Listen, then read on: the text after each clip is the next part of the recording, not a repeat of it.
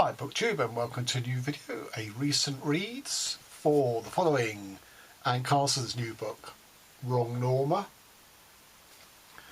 Argentinian author Sebastian Martinez Daniell, two Sherpas, and this is translated by Jennifer Croft. Nicholas Moseley, The Hesperides Tree. Catherine Lacey, The Answers.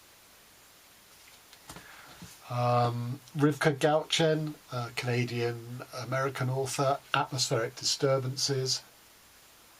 And a couple of books of poetry, Patricide by Dave Harris, who is from Philadelphia, and Gub by Scott McKendry, who is from Northern Ireland. So I'm going to start with Anne Carson. And for those of you who are familiar with her, this is more of the same, but, don't think, seen it all before, read it all before. This is pitched at that exquisite high level that Anne Carson produces. And if you've not read her before, I actually think this is a pretty good place to start, even though obviously it's her latest work, because it's very accessible. I think some of her earlier books, because of her sort of immersement in sort of classical philosophy and history of the Romans and the Greeks, and her use of myth and her hybrid form, they can be a bit tough to enter, but this is really, really accessible, as I say. And at the back of the book herself, Anne Carson says, Wrong Norma is a collection of writings about different things like Joseph Conrad, Guantanamo, Flaubert, snow, poverty, Roget's Thesaurus, my dad, Saturday Night. The pieces are not linked, that's why I've called them wrong. But the pieces are linked. If you keep your ear open, they are absolutely linked, either around use of a certain word that appears in 2 or 3 different sections, even though they're not linked. The word links them. Similarly with images and themes. And one of the things I particularly like about Anne Carson is she's not afraid to get all etymological in her work on the page. It doesn't send you scurrying to the dictionary because she does it for you, and that was particularly effective in her book Knox. But it works here as well. And indeed, one of the sections is devoted to Roget, the inventor of the thesaurus. But he wasn't just limited to the thesaurus. He had other feathers in his cap, and of those other feathers to his cap, he noticed the cart with its wheels spinning and the spokes, and through that he sort of had an early idea of what eventually became motion pictures, the movie camera and stuff. I think for me the standout piece is Learning to Skywrite, in which the narrator is the sky itself. And it starts off by saying how looking up at the clouds in the sky always seems to make people happy. I mean, obviously not if it's raining. And she said, and the voice says that's because the action of looking up like that triggers dopamine, which makes us feel happy. And so that's how this section is sort of framed and set out. But of course, she immediately veers into us looking downwards, being interested in shadows, so darkness and the occlusion of light, which I think is a brilliant switch, a brilliant reversal. So as I say, if you're familiar with Carson, there's not much more I can say other than just delight and bask in this. And if you haven't read her before, as I say, I think this is a really good place to start. 5 stars. So Sebastian Martinez Daniell, two Sherpas. Now, what is an Argentinian doing writing about Nepalese culture and a sort of Nepalese sort of ethnic group of Sherpas? And that's a legitimate worry to have, but actually I think he does a rather good job of it, and I think he does a good job of it by sort of using 3 different tacks. One is one of the 2 Sherpas themselves is not from Nepal. I assume it's from Argentina, possibly Patagonia, I don't know, but I think Martinez Daniell has knowledge through his experiences in Argentina, so I don't know if it's Patagonia or not, of high, snowy, sort of hostile peaks. So he has that knowledge. But actually, for all that, I think he does a fine job with the Nepalese bit. So basically, the course of the action of the book takes place over about 15 minutes, where 2 Sherpas are looking down at a small crevasse where the English tourist climber that they were escorting up the mountain has slipped and fallen, presumably to his death, because every time they look there's no movement, there's no reaction from the man. So it's quite a meditative piece on rock climbing, on colonialism, on the spirituality of the mountain, and how that spirituality has been sort of denuded and degraded by it becoming a sort of tourist mecca, if you'll excuse the sort of cross-fertilisation. And the bits about the sort of Nepalese culture and sort of independence from Britain. I mean, when Everest was first conquered by Edmund Hillary and Sherpa Tenzing being the Nepalese, it originally was a project by one of those sort of mad British aristocrats who funded the expedition, and it was to basically conquer the last unconquered part of the earth, as was thought at that time. I mean, obviously, presumably there were parts of the Amazon that hadn't been conquered at that time. So it was by extension British colonialism to be, the Brits were to be the first to the top of the rooftop of the world, as it were. But as I say, the bits about sort of the Nepalese input, when they're sort of on the job with climbers, they're referred to as Sherpas, and they're given their sort of professional and ethnic courtesy. But when they're not on a climb, they're referred to as porters, and in a sort of much more, like pack animals, much more derogatory. And there was a Sherpa strike after 17 or 19 of them were wiped out in an avalanche. And that, of course, inconvenienced people who'd paid already for their ascents up the mountain, and the tourists and the travel agents were trying to negotiate with the Sherpas to get them back to work. And a conversation was overheard whereby they were referred to as, well, can't you sort of have a conversation with their owners as if they're slaves, or, as I say, as pack animals? And I just think there's a lot of quiet dignity, not just of the Sherpas, but, a constant refrain of the book is the silence on the mountain. If you could call the whistling of the wind, or the snow beating against the rock, or the crack of the ice, if you can call that silence. And it is a very contemplative, meditative novel. There's lots of very short chapters, so it really moves you through quickly, and yet all the action only lasts 15 minutes. I just thought this was a really enjoyable read. 5 stars.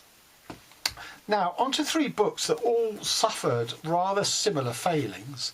The Answers, Catherine Lacey, The Hesperides Tree by Nicholas Moseley, and Atmospheric Disturbances by Rivka Galchen. And what these suffered from was they were books of ideas. Now, I like books of ideas, but they never really integrated in an organic way the ideas with the plot and the characters that were framing the ideas, which I felt rather devalued the ideas. They would have been better off, in my opinion, giving a lecture or writing an essay than writing these books. So if we start with The Answers, Catherine Lacey. So she wrote more recently Biography of X, which is one of those books that explores the line between fiction, memoir, biography, autofiction, all that sort of thing, and I thought it was really good. This is an earlier book of hers and has some really interesting ideas on the nature of romantic and spousal love, which really made me stop and think. So just to give you an example of that, just of the idea, as it were. So this is talking about sort of the fact that, what draws us to a person, first off, love at first sight, is the visual sense. I mean, not in every single way. I mean, obviously, you might have a phone conversation first, but basically for most people, it's the visual sense that they feel attracted, they feel a desire for that person based on their physical features. But once you're in a relationship and to some extent you're consummating that attraction, some kind of mutual desire is important to a relationship, and this desire so often came from one's instinctual response to the aesthetic beauty of the other. But within any sexual encounter, the attractiveness of either lover serves no purpose. The body of the other became a collage of sensation and shape, an invisible composite of both bodies feeling and being felt, sensed but not seen, eyes held shut to sink into the feeling. So I just think it's a really profound observation, really.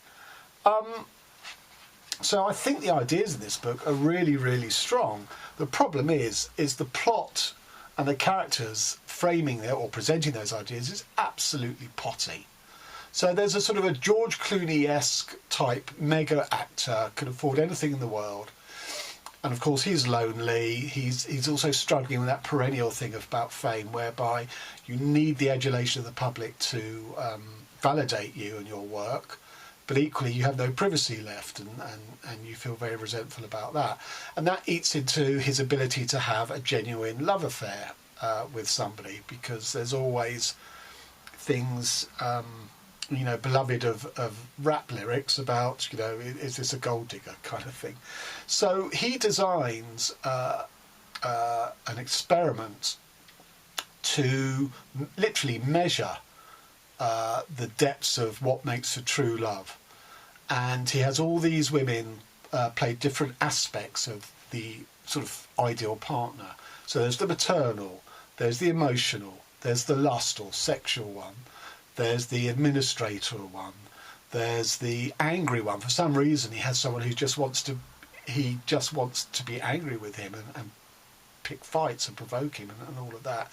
So we get it from mainly the women's point of view. They're scripted.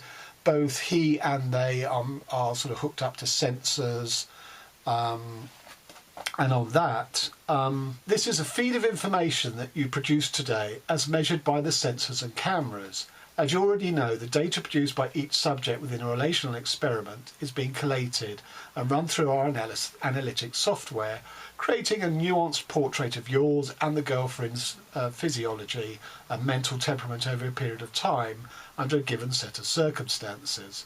For example, today you entered the relationship experiment feeling rather peaceful, contemplative, though mildly underslept, just a little dehydrated, and occasionally distracted by a stray sexual thought, but on the whole rather content. Would you agree? The problem is that micro level of all these measurements stuff is never really sort of alluded to. It's sort of, once you're told that, it's assumed we, the reader, can read into, because we get lots of obviously dialogue exchanges between the man and whichever one of the women he's currently in an experiment with. But we don't get that granular level of detail as to how they're being effective, even when it's revealed that actually part of the experiment is actually that body chemistry and sort of hormones and all that sort of stuff could be manipulated as part of the experiment to make someone feel more sexy or more aggrieved or whatever it is. So it's suggested and we're told, but it doesn't come through the writing at all. We have to kind of plot that out for ourselves. And it's all very unsatisfactory, it's all very silly, which is a shame, because I thought its analysis of love in many different aspects was very, very good. So I gave it 3 stars. And on to the Hesperides tree by Nicholas Moseley, who wrote this at the age of 80. And again, this had some tremendous ideas about it, but the plot and the characters were utterly potty. So a boy who was born with a sort of, not a fractured skull, but he has great sort of skull sensitivity, and it's touch and go whether he's going to live, he's going to make it through life, because he's so vulnerable to blows on the head. And he grows up in this family, and he has these debates with his father and mother, which are very curious, because they're sort of highly intellectual, but then at some point the father will cut it off by resorting to some sort of cliche.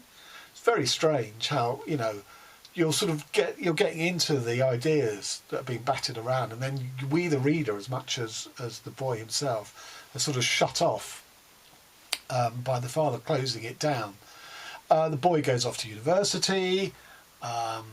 He meets both his first deep philosophical friend that he can exchange ideas with, and he also meets a woman who, even though she's a lesbian, she wants to experiment once with a man to know what it's like, and also put the possibility of having a baby.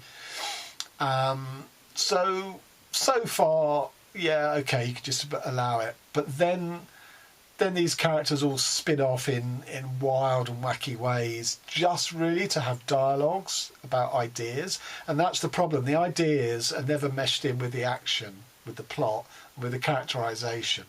So many sort of random things, or seemingly random things. You know, he's going on a journey, and it's fair enough that he doesn't know where that journey is going to lead him, but it's never really tied back into the ideas. He has to react to what's happening to him, and he'll cast ideas out, but it's never knitted together really. So he goes back to a family summer cottage in Ireland to meet a girl, a sort of almost a phantasm of a girl that he saw when he was last there as a child, and he hooks up with her, and they go to this sort of desolate island in the middle of the ocean off the coast of Ireland, where only monks and seabirds have ever lived, as some sort of spiritual quest. And it's just sort of more and more nonsense, really, plot-wise, which completely lets down the ideas that the book is dealing with. He's basically trying to steer a line between a scientific understanding of reality versus a mythic come literary one, but also to factor in religion and history. So these are big ideas that Moseley's dealing with. But he wrote this when he was 80. I think it was the last book before he died, and it's almost as though he just didn't give a damn anymore. He was just going to say what he wanted to say. So while some of the ideas are interesting, it got more and more of a chore because the plot was just spinning off in all these completely ridiculous ways, and the way the characters kept meeting back up with each other and in sort of unlikely coincidences. I gave it 3 stars. I just want to give you an example of one of the, again, like the Lacey, you know, there are good ideas in this book. What may be impossible for humans is that there's something built in that stops them getting what they want. It's not just that when they get it, they no longer want it. It's because we've evolved a mind that hopes for sophistication and control, which is still tied to a Stone Age nervous system designed for the perpetuation of the species. People are ashamed of their desires and they can't accept their shame, so they can get everything but satisfaction. Again, I think that's a profound observation and certainly something to ponder on. But it's wrapped up in so much nonsense that you kind of lose the will to live, really. I mean, the best thing you can do is write down the ideas like that in a book and go away and contemplate them yourself and forget everything else that is around it in this book. I think I gave it 3 stars. And on to Atmospheric Disturbances by Rivka Galchen, which I gave 2 stars. In a way, was the worst of the lot because it was too much of a chore to get through it. I mean, I did get through it, but I wonder why. So this starts off with a 50-year-old psychiatrist in New York who's married a much younger woman from Argentina, and he comes home one day and he believes that she's been replaced, you know, by a simulacrum. It's not her, which is a well-established psychological mental condition, which suggests that he has mental illness. He himself, one of his clients, is someone who definitely has mental illness, who is wrapped up and ensnared in this sort of paranoid fantasy about groups battling out for control of the weather. And he travels all over the world to try and stymie this group who are trying to control the weather for their own purposes. And the psychiatrist and his wife decide between them that they're going to try and snap this guy out of it by feeding into his fantasy, by setting up this imaginary body that he is, that this patient's actions are aligned with to stop this evil group manipulating the weather. And they create this character called Zivi Galchen, who was the author's real-life father, who I assume died early, you know, at 50, if this book is to be believed, who was a meteorologist. And, of course, the lie sort of takes off and becomes sort of more real than fantasy, feeds into the psychiatrist's own paranoia and fantasy, because he believes that his wife is no longer his wife, that she's been replaced, and he goes on this journey to Argentina to visit and interrogate his real wife's mother. And then he gets a job offer in the sort of meteorology down in Patagonia, in the sort of primitive, rugged south of Argentina. And it's completely potty. And I think the reason I didn't like this as much as the other two, the reason I didn't find as much as the other two is I don't think the ideas were that sort of interesting. And, it's a little bit funny. It's a little bit wacky, it's a little bit of this, it's a little bit of that. But at the end of the day, this character is demonstrating mental illness. And we know his patient definitely has mental illness, paranoia, and possibly schizophrenia as well. And it's sort of played for laughs, or at least the whole plot derives out of this. The psychiatrist never admits, or it's never revealed to him that he is, although he does question it once, I think, that he himself could be psychotic. But the whole book stands or falls upon the assumption that his wife has been replaced by a simulacrum. It left something a bit distasteful in my mouth, to be honest. And we never really got anywhere by the end, as I find very common in these sort of mad plots. Elias Canatti's book, what was it called? It reminded me of that in some ways, but that's a far superior book. But the problems with this book are all plot bound.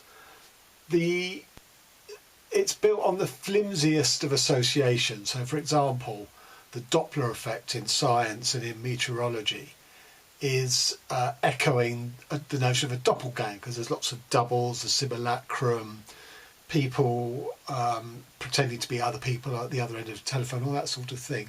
So the author blends Doppler with doppelganger to get Dopplerganger. And so much rests on that sort of bad pun, really. And it's confusing cause and effect with synchronicity. As I say, and that's how every clue he gets, he takes to be profound and meaningful to lead him further on his journey. And that they're just not. There's too much flimsy logic going on. And as a character, deliberately he's portrayed as a sort of monster, whether he's mentally ill or not. I think the author deliberately offers us this sort of monstrous being who is delusional and, says that on the one hand that he's highly logical, highly reasoned, on the other hand that his brain is a parliament of voices and a cacophony. It just doesn't hold together at all. And just to give you an example, I made out the silhouette of the simulacrum. Her blotting out of screen glow made me think about the powder on sticks of chewing gum, then the powder in urns, and then gunpowder, and then the Chinese, and then fireworks, and the feeling was in my mind tripping along an infinitely winding and meaningless path. Well, I think to some extent our brains do work like that, but all she's done is present us a linear list. You could almost plot it on a flow diagram. The powder on the sticks of chewing gum, that's an interesting observation in and of itself. Then because of the word powder, then the powder in urns. You don't see powder in urns unless you lift the lid. So it's done as the association there is a verbal one, a lexicographical one, not a visual one, which is fine. There's nothing wrong with that. And then gunpowder, fine. And then the Chinese, because the Chinese invented gunpowder, so that's an intellectual leap. And then fireworks, because Chinese invented fireworks. It's just, essentially that's just a list of associations. It's almost like free association, but it's not interesting, and it's not terribly literary, even though it could be, because you're dealing with metaphors or things that resonate with one another, powder. It's too orderly to actually represent how the mind works. Yes, our mind fires out all these, spindles of stuff, of ideas and associations, but it's not in a linear list like that. And unfortunately, when you're writing in sentences, grammatical sentences, you are going to get a list, because one thing comes before another, separated by a comma, which separates from the next thing. You have to mix it up more than that if you truly want to portray the sort of the cacophony of our minds. I can't see that I'm going to read Rivka Galchen again.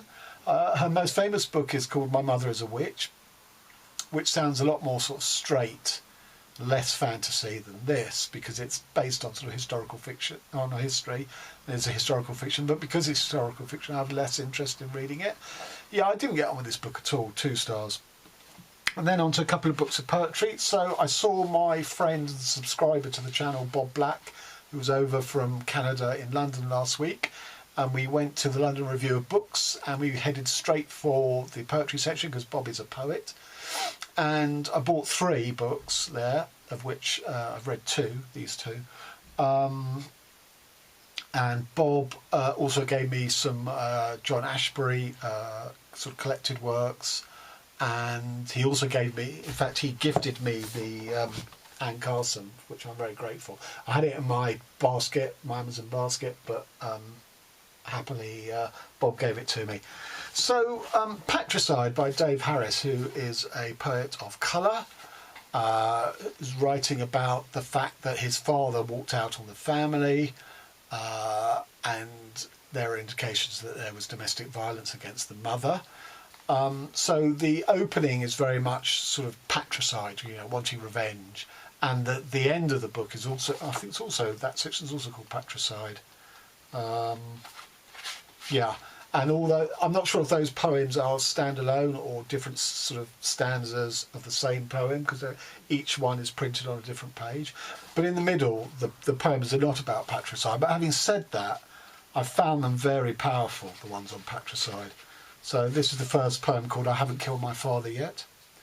But I know love's brutal blade, brown flesh turns yellow when it rots.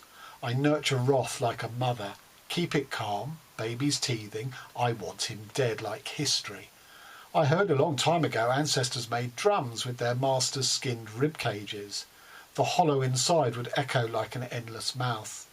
I can't help but think of this. I can make music of his dying, can pass the instrument to my children. The beat of the kill. Revenge is a fine religion. Good God, his faithful fist. I'm a wicked son.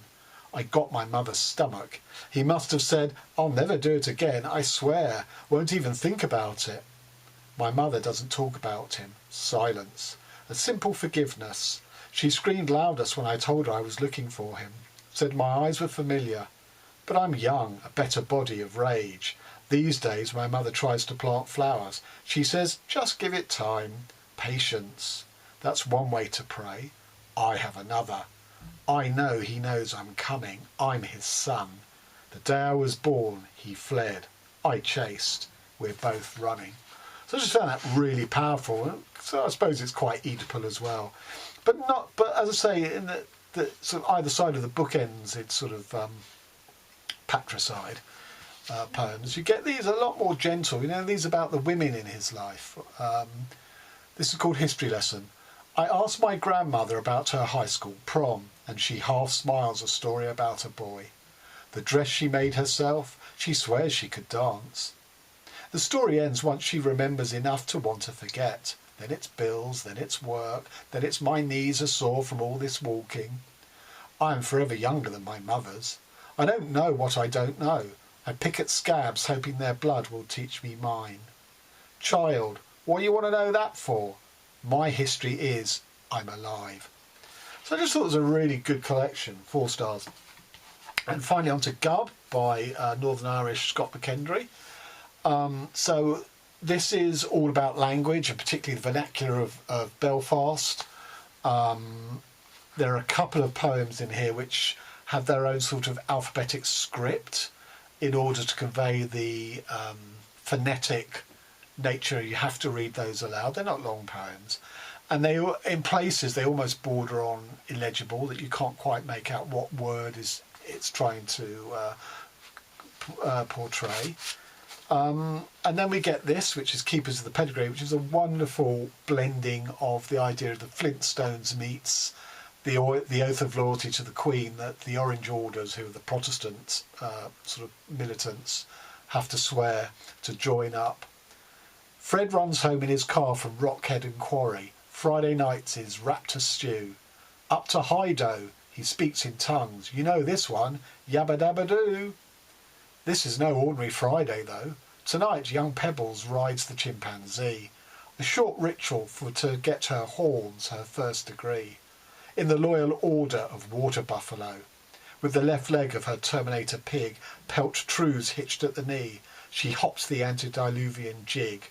Hup till the primo cuts her palm, carroty blood upon the book of Methuselah, as she obliges herself to God, the crown, and the lodge grand poobah.